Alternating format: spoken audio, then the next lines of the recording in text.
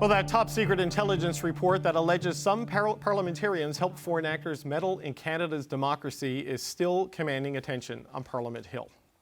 There's no reason to create an atmosphere of McCarthyism, sort of a witch hunt feeling of which MP can be trusted. I read the full unredacted report. The word treason does not apply to any current sitting MP. Prime Minister, who was on the show just a little while ago, says party leaders should be very careful about saying their caucus members are in the clear when it comes to this whole issue of foreign interference. I would be wary of any party leader drawing any conclusion like that. There is a range of issues around foreign interference that our security agencies, that our various institutions are engaged in. We know that foreign actors are trying to interfere in all different parties. So how will Canadians react to this? Well, the Power Panel has been listening into that interview I just did with the Prime Minister, and they join me now. Ginny Roth is a former Conservative campaign strategist. Brad Levine is a former communications director for the federal NDP. And here with me in the studio, Vandana Cotter is a former advisor to Prime Minister Justin Trudeau, and Rob Russo is the former CBC Parliamentary Bureau Chief. All right, gang, it was good to see you all. Rob, as my old boss, let's start with you. Is this on the old? No, former boss, let's call it that. The Prime Minister, the pause when I asked him about what Jagmeet Singh had to say, that he thinks his caucus is free and clear when it comes to foreign interference. I don't know, what did you make of that? What did you make of his answers on that? That pause prompted a bristling of the news antennae, I think. If you're a guy like me, the answer that followed it would have prompted the old ding, ding, ding of wire service alarms for news. What he said afterwards, this is just a paraphrase, I would be wary of any party leader drawing the conclusion that there was nothing for them to be concerned about in their own houses. There's news there. So he seems to be saying that all of the parties have been in some way either attacked or compromised. It would have been interesting to hear him say, as someone who has looked at the report and has had the report for 90 days, what he's done in his own house to respond to that attack or that compromising. But that leapt out in terms of news. And one other question that you asked him that leapt out as well, when you asked him about his own lack of popularity, his struggle. When he said that people aren't deciding right now.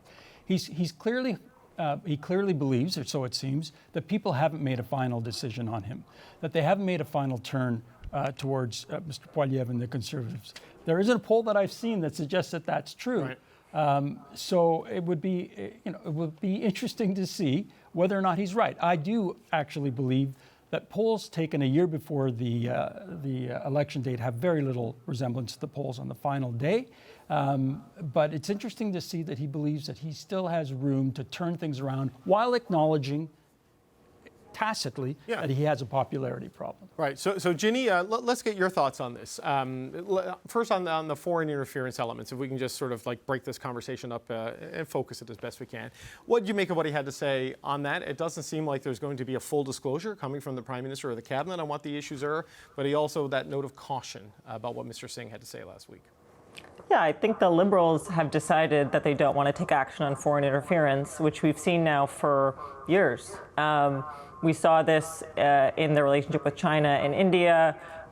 We see this in how they've responded to the China problem specifically, which is informing Canadians at the last possible minute of as little as possible and avoiding scrutiny for as long as possible. And he seems to want to use his privilege as Prime Minister to continue to be able to do that, which is a common theme, actually, across the whole interview, is to use his privilege in government to avoid confronting the public with tough issues. Meanwhile, other leaders are coming forward of all parties and saying, if I see a problem in my own caucus, I'll deal with it. And you're not seeing that from the Prime Minister. You saw him take too long with Han Dong. He wouldn't even concede that in your interview with him, David. And I think the Canadian public deserves to know what countries are interfering with whom and the impact it's having. Okay, Vandana, your reaction to that? I think a lot of people are going to try to draw conclusions, but I think for me, the Prime Minister's pause was more about the different shades of grey that involve in intelligence to begin with. You see the difference between how Elizabeth May reacted to the reports. You see the difference between Jagmeet Singh and how he reacted to reports. And I think that shows that, when it comes to national security issues, it's not going to be clean cut. And when there is going to be clean cut, when there is evidence, when you can prosecute, when you're firm enough in order to say something, that's when you'll see, like when the Prime Minister spoke up on Mr. Najjar and on India, that is when, and that's the responsible thing to do. We can't start pointing fingers and sharing allegations, because we need to understand exactly intelligence is not evidence. And we do have a process in place, so when there is evidence, people will be prosecuted. So I think people are going to want more. When it comes to issues of national security, you're not going to get that. But you will. It doesn't mean you won't get it at a later time. Okay, Brad, I know we're having some audio issues, so Brad, I want to get you to give your quick take on this, and we're going to take a quick break and try to sort out some gremlins. Go ahead. Yeah, no worries. I can hear. It's just a little faint. Fascinating interview. So first of all, congratulations on landing that, David. What I found most interesting about the Prime Minister's remarks, standing firm with Minister LeBlanc on the notion that we will not reveal names anytime in the near future, leading to the speculation that we may enter the next political election in a year and a half's time without knowing who these people are. And exactly, what's there. I found that the question that you posed to him, whether or not Han Dong is, eligible to come back to the Liberal caucus, he had to take a moment there to get that. The fact that he didn't know that Jagmeet Singh had said that his caucus was clean, that took him by surprise. I was surprised that he was surprised, because that I felt was well documented and well known. So kudos for getting the interview. I think there's still a lot more questions that the Prime Minister has to answer on this file. We have three leaders who have now alluded to three different things after they've read the unredacted report, only fueling more speculation and confusion, I think, among Canadians. Okay, I'm being told the audio has been sorted out, so I don't think we need to take a break. So Vandana, I want to ask you about Han Dong. Sure. The report calls it a textbook case of foreign interference with a witting politician conspiring with a foreign country. That's the CSIS intelligence assessment, not the conclusion of NSI COP. But you have Mr. Singh saying this guy should be out and out for good, and the Prime Minister isn't quite answering that. How long can that keep going on with Dong staying in limbo as an independent? Because there's going to be an election. You're going to have a nomination in Don Valley North at some point. Well, also Mr. Johnston cleared Mr. Dong of all this too. So there's, again, going back to shades of grade. He cleared Mr. Dong on the report that he counseled China to hold on to the two Michaels, but he did say there were well-founded suspicions about Chinese interference in the nomination, right? Sure, but I think the issue of Han Dong coming back to caucus is more of a political one. I think the problem is, again, going back to intelligence versus evidence. When your name is out there and now associated, like, how can you bring him back? I think that politically, that's the issue they have at hand. If they were to bring him back, there's also going to be, no matter what happens now, people are going to point fingers at Han Dong.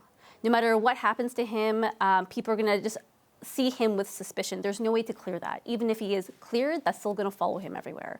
So I think the issue is more of a political one, whether he can come back or not, rather than an issue of he should come back because he's cleared versus not. And if I was a party leader, I would think the same way. So on party leaders, Ginny, the Prime Minister came back to this several times. He talked about Pierre Poilievre and his refusal to read the report. The argument being it would bind his hands, it would amount to a gag order, and that the Reform Act forbids him from kicking anybody out of caucus anyway. But the leadership race that he won is implicated in this. As party leader, shouldn't he want to know what a foreign country may or may not have done in the last two Conservative leadership races and potentially played a role in him winning the job? Well, I think he does want to know. He's just refusing, as you say, to take the gag order. He's calling on the government, as is their job, to deal with this appropriately and get Canadians the information they need and go through the measures that they have available to them, to the MPs in question, and deal with them appropriately and give them that information. This is something the government has in its control. The leader, Pierre Poilievre, does not want to take a briefing that would essentially gag him. He would have to keep all that information to himself, and he'd be in the same position as Jagmeet Singh is today, where he can complain, he can stand at a podium, but he can't get a result. And I think Poilievre's just not willing to be put in that position, which I think is a bit of a trap on the part of the government, and I understand why. Right, and I know Tom Mulcair has said the same thing, but I wonder how he can't take action. Sure, you can't throw someone out of caucus because of the limits of the Reform Act, but nominations are denied all the time by the Conservative Party of Canada, and other parties. He could do that and clean up the leadership, right? He's been clear. If the government comes forward with information, he'll absolutely take action. I mean, the other thing is, of course, the political parties can do things themselves to prevent against this. You've got the Liberal Party with their supporter status, and I think they'll be entering a leadership campaign soon where they'll have zero control over who's voting in that race, versus the Conservatives, who all sorts of steps have been taken over the last number of years to tighten that up, to make it really, really stringent to donate, to buy a membership, to vote. So the political parties all have a lot of work to do, but the Conservatives are well ahead of the game when it comes to shoring up the party against this kind of interference as much as possible. Rob, what are your thoughts on that? Well, I think they have to show, at a minimum, that they're cleaning their own house. Who's they? Party leaders. All party leaders. All Okay. party leaders. I would start with members. If there is any intelligence, any suggestion that any of my members are playing footsie with a foreign government, you revoke their memberships. That's an easy thing to do. And if I were a party leader, I'd want to know that. We've now heard from 3 people who have looked at the report and in some ways inferred what's in the report. And from those 3 people, we have in effect heard 3 different conclusions. Mr. Trudeau basically said, we all have problems. Madam May has said it's not so bad. There are things that we need to be concerned about, but not so bad. Well, the big issue is bad. She's saying the constitution of the right. current parliament is not so bad. That's right. And Mr. Singh has rung some alarm bells. I try to put myself in the seat of a Canadian voter, and I feel like I am in the dark, and I'm being treated like a mushroom. I'm being kept in the dark, and political fertilizer is being spread over me when I want to know what's going on. Brad, I put myself in the seat of a Canadian daily political host, and I feel a little bit like that, in that this is a maddening process in some ways, that it is fragmented, subjective interpretations of this. And I appreciate national security laws and the commitment to your allies not to burn sources and reveal intelligence. And we know this because NSI Cop, which was created by this government, but I can't imagine this is what was intended as the way the conversation would go with them raising concerns about foreign interference in 2024. Yeah, correct. Certainly wouldn't have been part of the framing of what this all-parliamentary group is to be doing.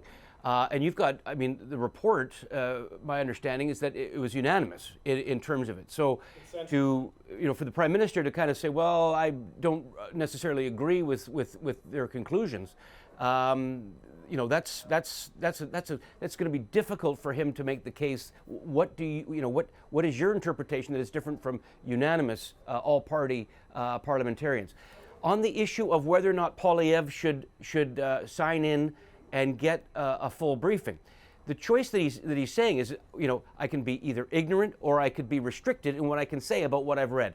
And he's chosen, to not learn more about it. I think it's an abject failure of leadership on Poilievre's part of it, particularly when the very leadership race of his party is subject to some scrutiny here, that there was political interference during the Conservative leadership race. To not want to get into it, to not want to learn everything possible about that, to me, it's head shaking. And for Canadians at home, who I agree, and I've said that in the first round, this has got to be confusing and frustrating, and there's no end in sight.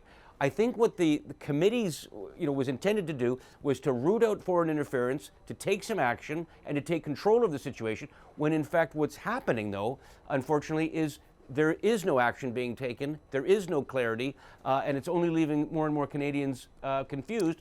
And we've got an election in 12 months with nominations going on already. So lots of things need to happen in the next 12 to 16 months. Ginny, Brad called it head shaking. I saw you shaking your head. What are your thoughts on what he had to say? Well, let's talk about an abdication of leadership. Jagmeet Singh can topple this government any day, and he chooses not to.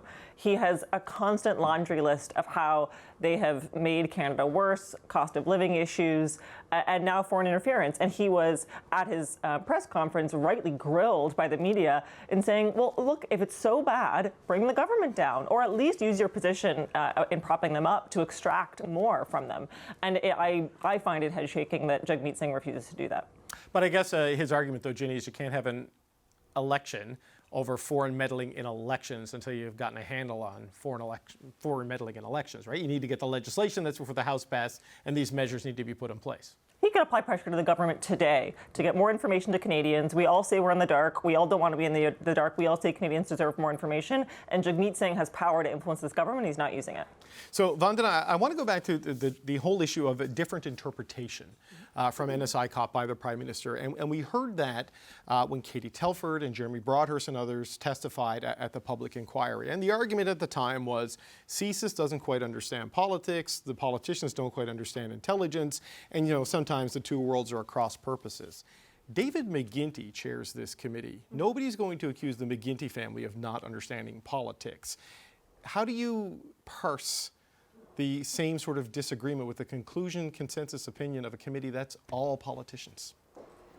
I think that also raises the question again, going back to the fact that this intelligence, they're given what they are given. They have to interpret it and they have to share that information. But I think it doesn't necessarily mean they have all the information as to what went on behind that. And I think, David McGuinty is different from Dalton McGuinty. And I think you can't necessarily compare the two. It doesn't mean they don't know politics, but it's still the family business. Sure, they're not neophytes here. And I would say that, politics has evolved, especially in the last 10, 15 years. And I think it is normal for politicians and for staff and for others to engage with ambassadors and people in the diplomatic community. That is common. I think things have changed dramatically. China, India, these have all changed. These world leaders have changed. And global espionage has changed through social media and influencers and bots. So I think there is also a learning curve to understand what is the line. And there's dotted lines sometimes. And I think now there's a lot of learning as to what should be acceptable or not. I go to events all the time, and if I go to a South Asian event in Toronto, chances are the CG is there, the Consul General is there, right? And if you have a conversation with them, what does that mean, right? And that is very common amongst a lot of diaspora communities, right? So, and that's something that we have to figure out, and this is, again, a new element in politics, where is the gray line? And I'll give you another example. I had an MP who took a meeting by a constituent on something that was important to the diaspora community in that area. We saw that photo sent to one of the main right-wing media in India, front page, right. Okay? And they were shocked. But this was set up by constituents with an issue that mattered to the diaspora community in that area. But that MP didn't know that would happen. They didn't even know that happened until someone sent me the front page of that journal. So I think this is just a new element in politics, and it might mean how do we go about doing politics? Maybe there has to be stronger lines between the diplomatic community and staff and members of parliament. And I think that's why there are shades of gray here, and I think that's why you can't come to a formal conclusion. But I don't think that'll be forever. I think the government and Canadians know that Canadians want to know what's happening. And I think they want to be adults and leaders and show leadership to make sure that Canadians know they can trust this government. I think Mr. Poilievre's brand is to poke holes in institutions. You see it with the CBC. You see it with governments. That is his brand. Let's poke holes. Let's help Canadians be angry. And let's question the very institutions that our democracy is built on. So if he were to take and read the unredacted version, that's not on brand for him. That's not on brand for his base. So it doesn't give him a political incentive to do that. And in opposition, that's what he wants to do, poke holes, right? Okay. Rob, quick last word on the foreign interference issue. I want to move on to the political, bigger picture political issues. Those of us who've been around for a long time know that David McGuinty is not exactly the most pliant MP around. He has no trouble speaking his mind. I don't think that there is anything in his oath that would prevent him from coming forward and defending his report. And I think, given the questioning of his report by the Prime Minister, it might be incumbent on him to do so. No, there's a standing invitation to all members of that committee to come on this show, and they have declined it every time we've asked them to do it. But look, I want to switch to this other issue where we ended the conversation with the Prime Minister. And the voters in the Ontario riding of Toronto-St. Paul's, they head to the ballot box 1 week from today. We'll have a live stream of the results, by the way, next Monday night. The Liberals won the riding in 2021 with nearly 50% of the vote, but with a new Liberal candidate and the Conservatives rising in the polls both nationally and in Ontario, could the Liberals be in trouble in this previously safe seat? It's an important campaign. People are getting out at the doors. People are working hard. We don't take any corner of the country for granted, no matter what our lead in the polls is. And we're going to work through the finish line on this one. Okay, Brad, the last time someone who wasn't a Liberal held this seat federally, it was Barbara McDougall in the Brian Mulroney government. So that's a long time. It's been the various forms of this riding have been Liberal since 1993. What does it mean for Justin Trudeau's leadership if this is super close or if they lose? Well, I think that it's been widely speculated that for the Liberal Party of Canada to lose Toronto-St. Paul's, that would put into question whether or not he would be fit to lead the party in the next general election. This is a safe Liberal seat. Even in 2011, when the Liberals had one of their worst general election outcomes in a generation or a few, they still won it with about 40+% of the vote. There's no question, though, that by-elections are different from general elections, and it's an opportunity for people to send a message. There are issues like the Middle East, which I know are topics of discussion within that riding. About 15% of the riding is from the Jewish community, and they, I think, may break with tradition and use the by-election as an opportunity to exercise some frustration with the way in which Mr. Trudeau has handled the issue of the Middle East. But is that enough to do so? No. Now, one interesting theory is that are the Conservatives going flat out in this by-election? Do they want Mr. Trudeau to take on and be the leader of the Liberal Party in the next election campaign? He's their secret weapon? Is that what you're suggesting there, Brad? They want to keep Justin Trudeau around? I am suggesting that is speculation in Toronto. That is, they will maybe pull some of their punches to ensure that a safe Liberal seat stays Liberal, to ensure that nobody wants to change the leader going into the next election.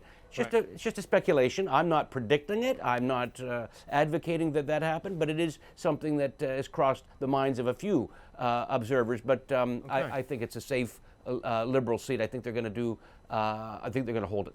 So, Ginny, if only we knew a Conservative in Toronto who could let us know whether Brad's suggestion of speculation has any merit. I mean, I don't know. The Prime Minister rightly, I think, declined to put the stakes on this particular seat, given what we're hearing about the tightness of the race. He also didn't sound like a person to me who is going to go anytime soon. I mean, what are your thoughts on St. Paul's and his future? I don't know how many floors up I am in the CBC Toronto building, but however many floors it is, the Liberals are way, way, way down below me, working overtime to keep expectations in the basement. Like, all the Liberals are doing these last few weeks is convincing Canadians that it'll be this massive win if they win one of the safest seats in the country, which is just like wild expectation management and totally out of sync with, to Brad's point, I mean, at their worst in 2011, they held this by a lot. So making it a referendum on the PM defies logic. Having said that, it's shocking to me that the PM is still the leader.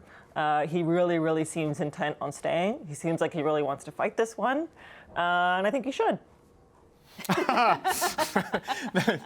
that will only feed Brad's suggestion of speculation. Vandana, though, are they trying to manage the expectations of Toronto-St. Paul's? I've heard nothing but anxiety from Liberals who are deeply worried because if they lose a cabinet minister seat, a former cabinet minister seat in Fortress Toronto, they see it as a full-blown disaster. I think it's important to remind young staff and MPs and Liberal base that you should always be prepared for an election no matter what. And I think getting people riled up is important to get them to knock on doors and to show up and to also train the staff for a campaign that might come in, right? So I think it's important to show not too much comfort because you want everyone to come out. You don't want a single person to stay home. A bunch of my friends have been door knocking, including one of my friends went to a house who said, listen, not happy with the guy, but really scared for the alternative, so you get my vote once again, right? So not a huge endorsement, but still it means that people are going to go. And you want people scared that Pierre Poilievre could be Prime Minister and they could go vote. And you want your staff to be scared. And you want any volunteer to come get to that riding and do the work because, after times with government, we all get tired of door knocking once in a while and all that. But I think I don't think they're managing expectations. I think they're doing a political plea to make sure that everyone is on board and that we can, get ready for the campaign. The Prime Minister's answer, though, Vandana, that people aren't in decision-making mode right now. So you can't look at the polls and draw firm conclusions from them. Is that wishful thinking in terms of where the mood of the country is right now politically? I think the world can look very different in a year. A year is a very long time in politics. You're already seeing inflation rates go down. I am truthfully looking for houses in Toronto, and but my parents live there. But I'm seeing house prices that are not making me terrified to move back to the GTA. The world can look very different. The world can feel different, and we're going to see a major election in the United States. We're going to see an election in the UK. You're going to see an election around the world, and you're going to see a different setup. So I think what the electorate is seeing today and what they're seeing next year can be very different. So I think the only poll that really matters is the poll on election day. Okay, so if you move back to Toronto, we got to get a third spot between Ginny and Brad to do this. Rob, how do you see it? You jumped on this right off the top when we started this conversation. There has been some recent evidence in off-cycle elections, for example, in the United States, that the polling would tell you the Democrats had no chance, but then when the elections happened, they won, because there's a theory that people park their anger and frustration with polls, but it's a different thing in the ballot box. We get to test that to some degree on Monday. Where do you think his headspace is when he says that? You know from my time here that I am a polling skeptic. Yes. It was one of the reasons why we brought in Eric Grenier, particularly in between elections. We also must make note of the fact that the Liberals have surprised in by-elections over the last year and a half. They've done very, very well. But hey, this is a riding that's stiff with Liberals. Okay, 50% was not an unusual tally. Right. Barbara McDougall and Ron Atke, the only Conservatives to hold this in the last 50 or 60 years, would have been comfortable, I think, in the Liberal Party of those eras as well. If this goes south for the Liberals, if there is a significant dent in their support, it cannot be seen as anything other than a vote of non-confidence in Mr. Trudeau. I was through the riding a few weeks ago. The Conservative sign elves are very, very busy. They're doing very, very well in the sign war. People are saying exactly what Vandana was saying, that there is no love for Mr. Trudeau, nor is there any love for Mr. Poilievre, but they're angry at Mr. Trudeau. They're frustrated, as he said, as the Prime Minister said himself. They are looking for somebody to blame. And if the Liberals lose, it's blood-hued sunsets and hangings at dawn. I don't expect that. But if there's been a significant dent in their support, I think pressure will grow on Mr. Trudeau. Vandana, you sort of shook your head at the purple prose of Mr. Russo. Purple, there. it's mauve. I just don't see that. I think the Liberals are going to win, but I don't think there's going to be daggers out for Mr. Trudeau. I think if that was the case, it would have happened already. If you look at him with your interview, he looks like a guy full of energy. He was excited. He had a vision that is positive, and Canadians do want positivity at the end. So I think at the end of the day, I do think he has a lot of campaign left in him. I think people like a positive vision. They want investment in the country. They want $10 childcare. They want pharmacare, dental care. They want investing in our health care and all the things that he proposes is going to happen as him as Prime Minister. That has happened, lifting children out of poverty. That is a vision for Canada that he wants to keep pushing on. And I think Canadians will, at the end, want to be with someone or want to believe a vision of a positive future for the country, not a negative one. So Ginny, earlier you said you don't see this as a referendum on the Prime Minister. Am I interpreting what you said right? Do you think Liberals and Liberal supporters who are anxious about this particular seat see it that way, or how do you think they might view this seat? Yeah, look, a lot of Canadians are anxious about Trudeau, and I think a lot of Liberals are anxious about Trudeau too. He will probably do poorly for a Liberal in this seat, given their history in this seat. I think the Liberals are still very likely to win it, also given their history. But the Prime Minister seems to have the confidence of his caucus, for better or for worse, and they seem to be sticking with him. I think Brendan is right. Like if they were going to switch leaders, they would have by now.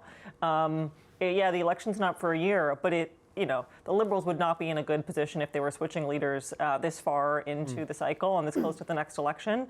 And I think Trudeau gets really energized by campaigning. He really wants to campaign. He seems to have decided to stay. And so I think he'll take the hit in St. Paul's, which will be a worse result than they've had in the past. And he'll keep doing what he's doing, which is avoiding accountability and trying to pivot back to whatever message he wants to try to deliver. Do you really think, Jenny, that they would be in a worse situation if there was a change? And I'm not advocating for a change. I'm working through the theory here, because if you look at elections across the world sort of post-COVID, change is everything, right? They just want to get rid of who is there and move on to something new. Can a leadership change satisfy that, or does it need to be a government change, do you think? I mean, look, Canadians have an alternative right now if they're progressive Canadians or centrist Canadians in Jagmeet Singh, and they're not choosing him, at least according to pollsters. They're choosing Pierre Poilievre and the Conservative. So not only do I think Canadians have given up on the Liberals, I think that they are leaning into the change that they see Pierre Poilievre committing to, which is a very, very different vision for Canada. And it's very hard for me to imagine any leader, including Trudeau, of the Liberals, changing that narrative at this point. I think the frame is very set that many, many Canadians think this government is what's gotten them into this mess, and they want someone to fix it. And it's hard for me to imagine a new Liberal leader charting a viable narrative to win the change argument at this point. So, Brad, what do you make of the point, though, that when you think of downtown Toronto, you think of battles between Liberals and New Democrats, and this by-election is looking a lot like a Liberal-Conservative battle and not necessarily a New Democrat-Liberal battle for this seat. What do you make of that shift? Well, federally, St. Paul's has been traditionally red-blue. New Democrats get about mid-teens. I think even in 11, I think, which was our best showing, we won 7 seats in the GTA, and we still, I think, barely, if not just touched 20%. Now, provincially, the seat is held by a New Democrat member of provincial parliament, so it does have the ability to do so. But traditionally, federally, this has been orange on blue. You got to come down south, just one riding down right below. Kind of come south of St. Clair, and then it gets orange red. Those classic waterfront battles. Just on the notion of whether or not you change the leader. Do you satisfy the thirst for change in the country after 9 years of Trudeau? And the question is, I think it depends. I think provincially we've seen, like in Manitoba, when Greg Sellinger took over for Gary Doer, he was changed and won actually more seats than Gary Doer. Kathleen Wynne did it in the province of Ontario in 2014 after a very unpopular Liberal government there. She was able to win a majority for the Liberals an extra term. So it can be done. The question is, what do they stand for? What would they be? Things like the carbon tax, which is a signature piece of Justin Trudeau's. Do they run against that? What kind of change, David, is I think is longer than we probably have left in this panel. But certainly you can change the leader, but they have to validate that with changing certain policies of Trudeau, and that would be, I think, tough. Needle to thread for sure. Yeah, directional change, policy change, not just cosmetic change, essentially. Yeah. But Vandana, on Ginny's point, you do hear grumbling and griping in caucus about their lot in life right now and the state of things because of what's happening. It just happens, right? People haven't gotten into cabinet, or people are in cabinet, just like looking at where things have gone. St. Paul's, though. If that domino tips, we've had Ken McDonald say what Ken McDonald had to say. Sean Casey has said people are frustrated with him. You heard that in Newfoundland when the provincial Liberals lost the by-election. Could it open some more mouths should this go against your crowd on Monday? I don't think I think mouths are going to be open regardless. But I mean publicly on the record, on camera, I don't think a lot of MPs have the gall to do that, to be honest. I don't think so. I don't think they'll be able to do it. But I think still that the caucus, I think Liberals have learned from Chrétien Martin years, and I think people want to stay united as a caucus. They know that if divided, it's not going to be great. It just allows for more attacks to the party. If you're not focused on winning and you're focused on different leaders, then you're not going to be focused on the job at hand, which is trying to win in 2025. I think people also know that looking at the PM, he is a strong campaigner, and a year is still a long time in politics. So I think you'll see grumbling within the caucus. I'm sure I will hear of it. I'm sure other Liberals will hear of it. And I think you'll see maybe some big changes. I can see changes in staffing and campaigning, maybe different shifts on things to try and see what went wrong on that end. But I think it's hard to compare like a very long time Liberal like Carolyn Bennett, who is more of a St. Paul's MP, who's a constituency MP, for someone new too. So I think that's the other difference, right? So it is, I think Leslie she's a great campaigner. She's very political, but to go up an incumbent like that is a difficult thing. So I don't think you'll have that same dagger as if like they felt that they just like, I can't say this on TV, but the bed. But like, I don't think you'll see that. But I think there'll be some definitely conversations about what went wrong, how to change, and how to make sure that the government is in place for 2025. Okay, so Rob, give you the final word. I want to bring it back sort of to the Prime Minister, who was the focus of the show. I'd been hearing he was definitely going to run. I came away from that interview not feeling any different, that he intends to run. Certainly that's what he's saying. And the fact that he did this interview, he's on all these podcasts, that's not the activity of a guy who's getting ready to go out the door. What do you expect we're going to see from Justin Trudeau as he tries to turn this thing around? Well, look, Justin Trudeau is Liberal royalty. He literally is a prince of the Liberal Party in many, many ways. I cannot believe that if he thought that he was going to take his party down to a worse defeat than another leader, that he wouldn't step aside. Yep. I suspect that he knows that things are grim. Like many prime ministers, I think of Stephen Harper, who going into 2015 knew he was almost certainly going to lose, but was told, we're better off with you if we lose.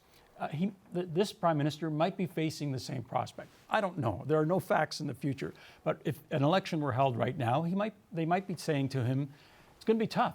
You're going to lose, but we're better off with you, and we're going to come back with more seats and be in fighting trim for the next time if you do. Can you do this for us? And perhaps he's decided yes, and perhaps he's decided I'll take that chance. I think he thinks he can win. He's never lost. He's never lost, and I just think that's the way that he's wired. Very few political leaders aren't prepared for that kind of battle and don't relish it. Okay, we're out of time, but this was a lot of fun. Vonda Nakata, Rob Rousseau, Brad Levine, Ginny Roth, thank you so much. Appreciate you being here.